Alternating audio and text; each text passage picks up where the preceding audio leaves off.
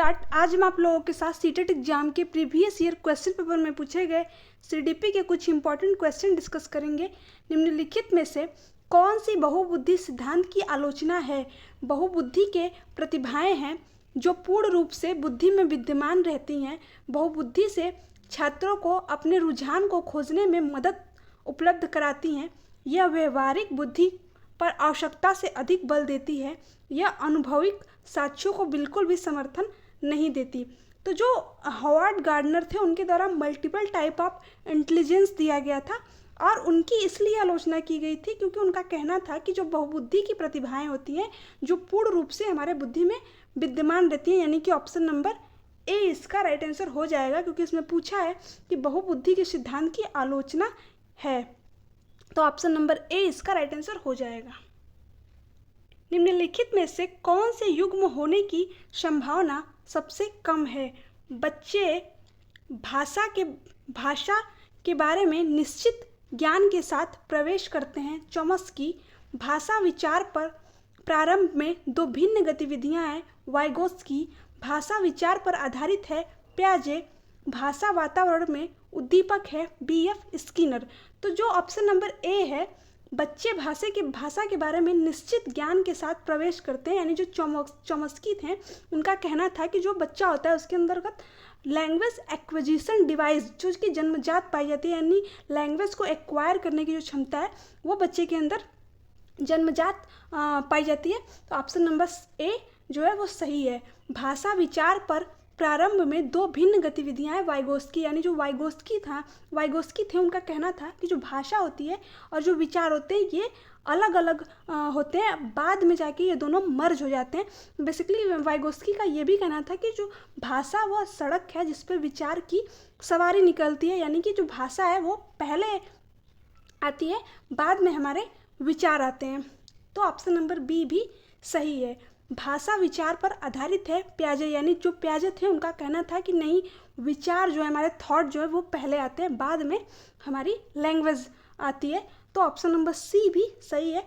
भाषा वातावरण में उद्दीपक है।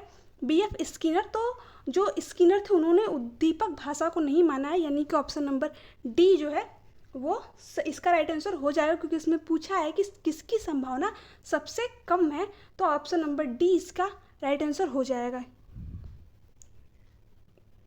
सामाजिक भूमिका के कारण सौंपी गई विशिष्टताएं क्या कहलाती हैं? जेंडर भूमिका अभिवृत्ति, जेंडर भूमिका दबाव, जेंडर भूमिका रूढ़िबद्धता, जेंडर भूमिका नैदानिकी। तो जो समाज के द्वारा निर्धारित की गई चीज़ें, जैसे कि लड़कियां जो हैं वो बाल लंबे रखेंगी, लड़कों का जो बाल है वो छोटा रहेगा। तो जो समाज के द्वारा जो ये चीज़ें कि लड़कियों को इस तरीके के कपड़े पहनने, लड़कों को उस तरीके के कपड़े पहनने, तो ये हमारे समाज के द्वारा बेसिकली निर्धारण किया गया है, यानी कि जो है ये है जेंडर भूमिका रूढ़िबद्धता को दर्शाता है, यानी कि ऑप्शन नंबर सी इसका राइट आंसर हो जाएगा। जब एक बावर्ची खाना पकाते समय खाने को चखता है तो वह डैश के समान है? सीखने का आकलन, सीखने के लिए आकलन, सीखने के रूप में आकलन, आकलन और सीखना। तो जब किसी कार्य को करने के दौरान उसका आकलन किया जाता हो तो वह सीखने के लिए आकलन होता है, यानी कि ऑप्शन नंबर बी इसका राइट आंसर हो जाएगा कि जो बावर्ची है अगर वो खाना बनाते समय खाने को टेस्ट कर रहा है तो वो अपना सीखने के लिए आकलन कर रहा है, यानी कि ऑप्शन नंबर बी इसका राइट आंसर हो जाएगा। अंतःपरक अनुदेशन है। शिक्षार्थियों की आवश्यकताओं को पूरा करने के लिए समूहीकरण के विविध रूपों का प्रयोग करना, कक्षा में प्रत्येक शिक्षार्थी के लिए कुछ अलग करना, अव्यवस्थित अथवा स्वच्छंद शिक्षार्थी गतिविधियां, ऐसे समूहों का प्रयोग जो कभी नहीं बदलते। तो जो अंतःपरक अनुदेशन है वो होता है शिक्षार्थियों की आवश्यकता को पूरा करने के लिए समूहीकरण के विविध रूपों का प्रयोग, यानी कि ऑप्शन नंबर ए इसका राइट आंसर हो जाएगा। शिक्षार्थी फैशन शो को देखकर मॉडल्स का अनुकरण करने की कोशिश करते हैं। इस प्रकार के अनुकरण को क्या कहा जा सकता है? प्राथमिक अनुकरण, गौण अनुकरण, सामाजिक अधिगम, सामान्यीकरण। तो जब शिक्षार्थी फैशन शो को देखकर मॉडल्स का अनुकरण करते हैं तो इस प्रकार के अनुकरण को हम सामाजिक अधिगम कहते हैं, यानी कि ऑप्शन नंबर सी इसका राइट आंसर हो जाएगा। यदि शिक्षार्थी पाठ के दौरान लगातार गलतियां करते हैं तो शिक्षक को क्या करना चाहिए? अनुदेशन, कार्य समय सारणी अथवा बैठने की व्यवस्था में परिवर्तन करना चाहिए, पाठ को कुछ समय के लिए छोड़ देना चाहिए और कुछ समय के बाद वापस जाना चाहिए। गलतियां करने वाले शिक्षार्थियों की पहचान करनी चाहिए और उनके बारे में प्राचार्य से बात करनी चाहिए।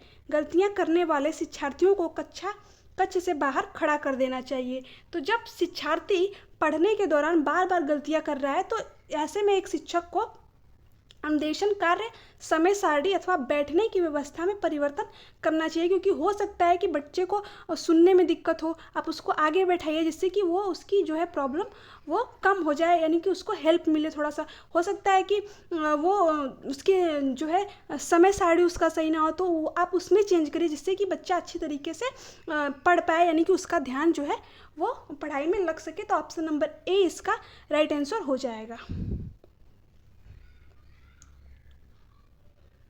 किसके अतिरिक्त निम्नलिखित कुछ तकनीकें हैं जो परीक्षा के कारण होने वाली चिंता को दूर करती हैं? प्रश्न पत्र की संरचना से परिचित कराना, परिणामों के बारे में बहुत अधिक सोचना, समर्थन प्राप्त करना, विशिष्टताओं पर बल देना।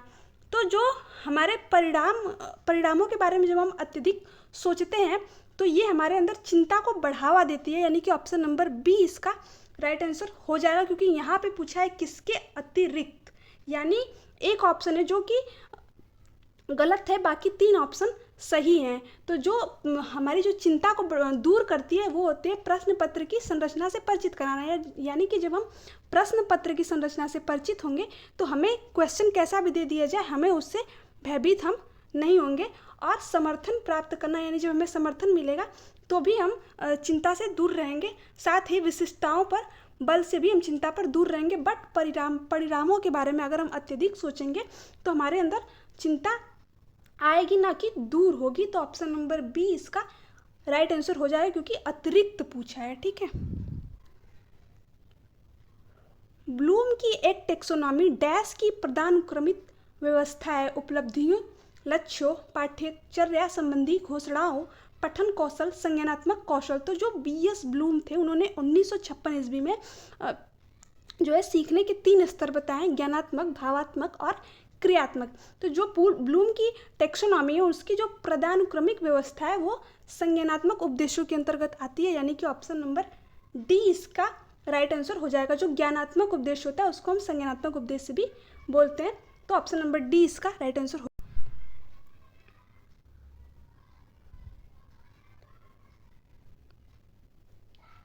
किसके द्वारा निपुणता अभिविन्यास को प्रोत्साहित किया जा सकता है?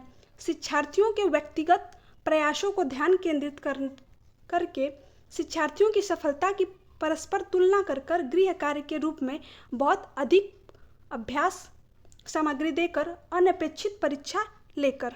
तो जो निपुणता अभिविन्यास है उसको हम प्रोत्साहित करने के लिए शिक्षार्थियों के व्यक्तिगत प्रयासों पर ध्यान केंद्रित करके निपुणता अभिविन्यास को हम प्रोत्साहित कर सकते हैं, यानी कि ऑप्शन नंबर ए इसका राइट आंसर हो जाएगा। निम्न में से किसका मिलान उचित है? शारीरिक विकास, वातावरण, संज्ञानात्मक विकास, परिपक्वता, सामाजिक विकास, वातावरण, संवेगात्मक विकास, परिपक्वता। तो जो सामाजिक विकास होता है वो हमारे वातावरण में होता है, यानी कि ऑप्शन नंबर सी जो है इसका मिलान सही है। तो ये इसका राइट आंसर हो जाएगा। किसके अतिरिक्त निम्नलिखित सभी तत्व संकेत करते हैं कि बच्चा कक्षा में संवेगात्मक और सामाजिक रूप से समायोजित है? हम उम्र साथियों के साथ मधुर संबंधों का विकास, चुनौतीपूर्ण कार्य पर ध्यान केंद्रित करना और उन्हें दृढ़तापूर्वक करते रहना, क्रोध तथा हर्ष दोनों को प्रभावी रूप से संबंधित करना, हम उम्र साथियों के साथ प्रतियोगिता पर दृढ़तापूर्वक ध्यान केंद्रित करना। तो इसमें जो है ऑप्शन नंबर डी इसका राइट आंसर हो जाएगा, यानी हम उम्र साथियों के साथ प्रतियोगिता पर दृढ़तापूर्वक ध्यान केंद्रित करना जो है वो समायोजित का लक्षण नहीं है, क्योंकि इस क्वेश्चन में जो है पूछा है आप देख सकते हो कि पूछा है किसके अतिरिक्त। तो ऐसे क्वेश्चनों को आपको बहुत ही ध्यान से पढ़ना है, क्योंकि ऐसे क्वेश्चन में बहुत ज़्यादा गलतियां होने के चांसेस रहते हैं। तो आपको अतिरिक्त वाले या फिर नहीं लिखा हो तो ऐसे क्वेश्चनों को ध्यान से पढ़ना है, क्योंकि इसमें 3 ऑप्शन सही रहते हैं, एक ऑप्शन गलत रहता है। तो ऑप्शन नंबर जो है डी इसका राइट आंसर हो जाएगा।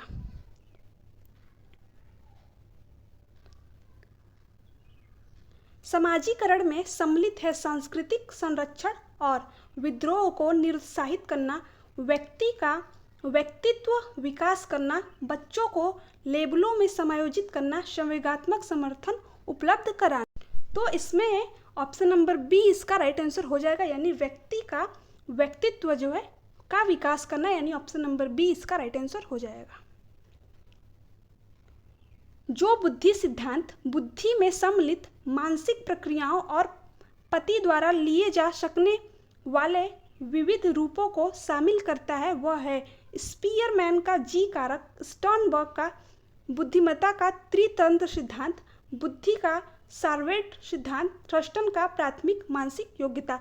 तो इसमें जो है ऑप्शन नंबर बी इसका राइट आंसर हो जाएगा, जो कि है स्टर्नबर्ग का बुद्धिमत्ता का त्रितंत्र सिद्धांत, यानी कि ऑप्शन नंबर बी इसका राइट आंसर हो जाएगा। निम्न में से कौन सा लक्षण किसी मापक उपकरण के लिए सर्वाधिक वांछनीय है? विश्वसनीयता, वैधता, वस्तुनिष्ठता, मापक। तो जो किसी भी मापक के लिए सबसे सर्वाधिक जो वांछनीय होता है वो होता है परीक्षण की विश्वसनीयता, यानी कि ऑप्शन नंबर ए इसका राइट आंसर हो जाएगा। थ्रस्टन तथा लिकर्ट निम्न में से किसके मापन से संबंधित है? बुद्धि, अभिवृत्ति, मूल्य, व्यक्तित्व। तो जो थ्रस्टन और लिकर्ट हैं उन्होंने अभिवृत्ति के मापन से अपना संबंध रखते हैं, यानी कि ऑप्शन नंबर बी इसका राइट आंसर हो जाएगा। उत्सुकता परीक्षण निम्न में से किसका घटक है? सृजनात्मकता, अभिप्रेरणा, रुचि, बुद्धि। तो ऑप्शन नंबर ए इसमें इसका राइट आंसर हो जाएगा, यानी कि सृजनात्मकता। निम्न में से कौन सृजनात्मकता से संबंधित नहीं है? मौलिकता, प्रवाह, मिथ्यावयिता, उपयोगिता। तो हमारे सृजनात्मकता के अंतर्गत मौलिकता, प्रवाह और मिथ्यावयिता ये तीनों ही आ जाती है, बट उपयोगिता हमारे सृजनात्मकता के अंतर्गत नहीं आती है, यानी कि ऑप्शन नंबर डी इसका राइट आंसर हो जाएगा, क्योंकि इसमें पूछा है कि सृजनात्मकता से कौन सा संबंधित नहीं है। ठीक है, तो ऑप्शन नंबर डी इसका राइट आंसर हो जाएगा।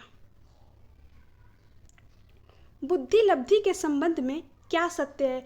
बौद्धिक आयु से व्युत्क्रमी संबंधित, कलानुक्रमिक आयु से प्रत्यक्ष संबंधित, कलानुक्रमिक आयु से व्युत्क्रमिक संबंधित, बौद्धिक तथा कलानुक्रमिक आयु दोनों से प्रत्यक्ष संबंधित। तो ऑप्शन नंबर सी इसका राइट आंसर हो जाएगा, यानी कि कलानुक्रमिक आयु से व्युत्क्रम संबंधित होती है बुद्धि लब्धि। तो ऑप्शन नंबर सी इसका राइट आंसर हो जाएगा। 16 पीएफ का प्रयोग किसके मापन हेतु किया जाता है? रचनात्मकता, अभिरुचि, व्यक्तित्व, दबाव। तो जो 16 पीएफ होता है उसका प्रयोग बेसिकली व्यक्तित्व के मापन हेतु किया जाता है, यानी कि ऑप्शन नंबर सी इसका राइट आंसर हो जाएगा, व्यक्तित्व। सो हे फ्रेंड्स, ये थे आज की सीडीपी कुछ इंपॉर्टेंट क्वेश्चन। अगर आपको वीडियो अच्छी लगी चैनल को सब्सक्राइब कीजिए, वीडियो को लाइक एंड शेयर कीजिए। Thanks for watching me.